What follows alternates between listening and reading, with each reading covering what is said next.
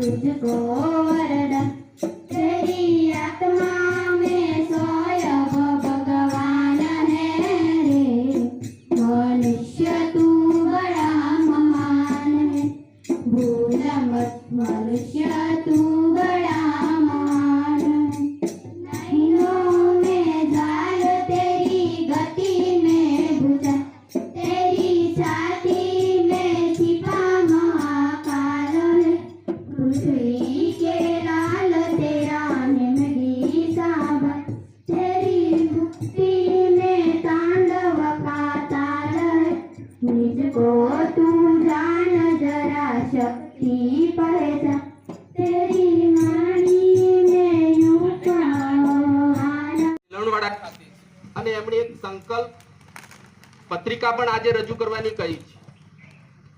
જ્ઞાન ગંગા એવી એક પુસ્તિકા બહાર પાડી છે.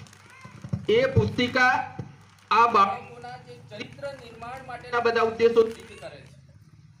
બાળકોનું ચરિત્ર નિર્માણ કઈ રીતે કરવું અને અત્યારે આપણે જોઈએ છીએ અને આ શિક્ષકો ખરેખર નસીબદાર છે કે આવા નાના બાળકોનું સંસ્કાર સિંચન એમને યોગ્ય દિશામાં વળાંક આપવાનું કામ અમારી પાસે તો પ્રાથમિક શાળા માધ્યમિક શાળા ને ઉચ્ચતર માધ્યમિક ભણ્યા પછી અમારી પાસે બાળકો આવે છે. અમારે તો માત્ર માર્ગદર્શન આપવાનું હોય છે કોલેજ લેવલે. જ્યારે આ બાળકો તો અને આવા નાના બાળકના મનને તો પેલા માકડાના મન સાથે સરખાવ્યું છે. આ બાળકોને ઠેકાણે રાખવા એટલે સાહેબ બહુ અઘરું કામ છે.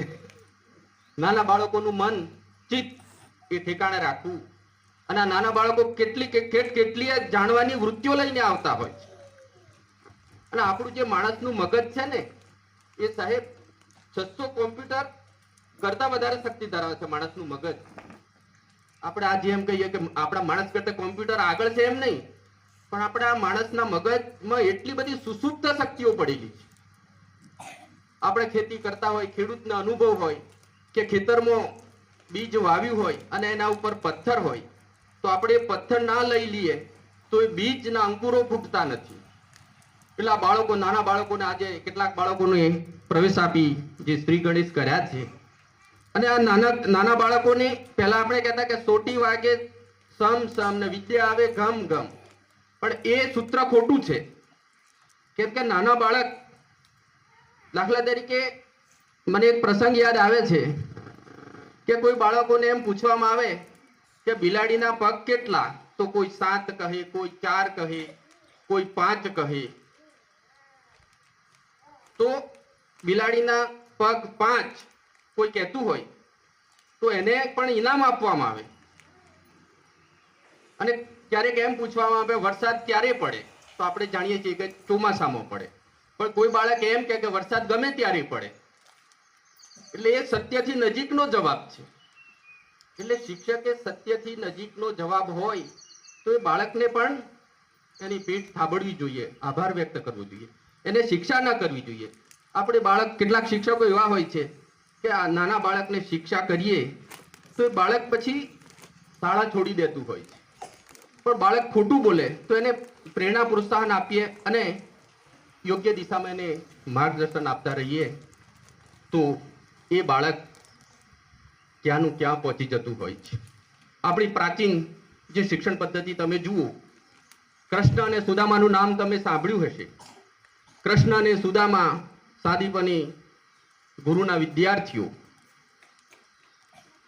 અને કૃષ્ણ અને સુદામા એ વખતે આખી ગુરુ શિક્ષણ પદ્ધતિ અલગ હતી. અને અત્યારની શિક્ષણ પદ્ધતિ પણ આપણા જેવા શિક્ષકોના હાથમાં છે. એ વખતની શિક્ષણ પદ્ધતિમાં સાથે રહેવું, સાથે ખાવું, સાથે લાકડા લેવા જવું. કૃષ્ણ અને સુદામાને જે સાદીપની ઋષિની જે પત્નીએ જંગલમાં લાકડા લેવા ગયા હશે અને નાસ્તો કરવા માટે ચણા આપ્યા હતા, તો પેલો સુદામા એ ચણા છાનો છાનો ખાઈ ગયો. એણે ભૂલ કરી.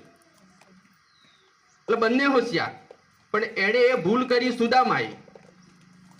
બંને એક જ ગુરુના વિદ્યાર્થી. એણે જે ભૂલ કરી એના માટે દરિદ્રાધીશ બન્યો, એ ગરીબમાં ગરીબ રહ્યો. અને કૃષ્ણ દ્વારકાધીશ બન્યો. એટલે કહેવાનો ભાવાર્થ કે આજના વિદ્યાર્થીઓ માતા પિતા ઘરથી શરૂ કરીને સારા સંસ્કારો પ્રાપ્ત કરે. શૈક્ષણિક સંકુલોમાં તો શિક્ષકો દ્વારા યોગ્ય માર્ગદર્શન મળતું હોય છે. વિદ્યાર્થીઓનું યોગ્ય દિશામાં ઘડતર થતું હોય છે. આજે અમારી પાસે કોલેજમાં કેવા વિદ્યાર્થીઓ આવે છે એ અમે જાણતા હોઈએ છીએ. ગુજરાતી ભાષા આપણી મુખ્ય ભાષા છે. 24 કલાક ગુજરાતી ભાષામાં આપણે વ્યવહાર કરતા હોઈએ છીએ, બોલતા હોઈએ છીએ. આજના વિદ્યાર્થીઓ કોલેજ કક્ષાએ પણ 4 વાક્યો સાહેબ સાચા લખી શકતા નથી. માનવીની ભવાઈ, આપણે બાજુમાં માંડવી ગામના પન્નાલાલ પટેલ 4 ચોપડી ભણેલા સર્જકે લખી માનવીની ભવાઈ. તારા આજના છોકરા લખે કે આ ચાલતી માનવોની ભવાઈ. માનવીની ભવાઈ પન્નાલાલ પટેલ ત્યાં સુધી પણ નથી પહોંચતા. એટલે આજે આવા ઉત્સવો દ્વારા શિક્ષણ વિકાસ તો કરી રહ્યું છે, પણ ભૌતિક સુવિધાઓથી ગામ કે તાલુકો કે રાષ્ટ્ર માત્ર ભૌતિક સુવિધાઓથી એ સમૃદ્ધ નથી બનતું. ખરેખર પાયાનું શિક્ષણ નાના બાળકોને ચરિત્ર સાથે આપવામાં આવશે. યોગ્ય ઘડતર નાના બાળકોનું થશે તો આ બાળકો રાષ્ટ્રને સાચી દિશામાં લઈ જશે. અને છેલ્લે વિવેકાનંદજીના વિધાન સાથે હું મારી વાત પૂરી કરું છું. સ્વામી વિવેકાનંદને કોઈ એક વિદેશી પત્રકારે પ્રશ્ન પૂછ્યો કે હે વિવેકાનંદજી, તમે ભારતીય સંસ્કૃતિની મોટી મોટી વાતો કરો છો અને તમે પાઘડી તો ભારતીય પહેરી છે પણ બૂટ તો અમેરિકાના પહેર્યા છે.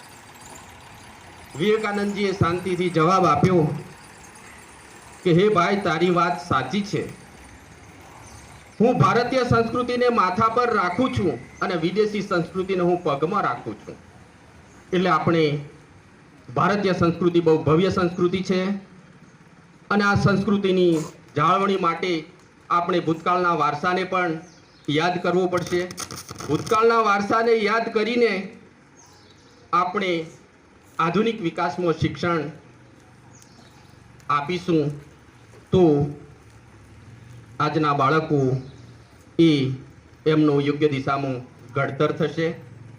હમણાં જ મેં સાહેબને કહ્યું કે ઢીંગલવાડા, મારા ગામનું નામ ઢીંગલવાડા, એટલે મારા ચોરાફળિયા નિશાળે મેં જ શરૂ કરેલી. એટલે ચોરાફળિયા નામ તો એ વખતે સાહેબ માલવણનો ચોરો, ઢીંગલવાડાનો ચોરો ને ખાનપણનો ચોરો ચોરા જોવા મળે છે, પણ આ નિશાળનું નામ ચોરાફળિયા કેમ પડ્યું એવું આ સાહેબને પૂછતો હતો. એટલા કાર્યક્રમ શરૂ થયો તો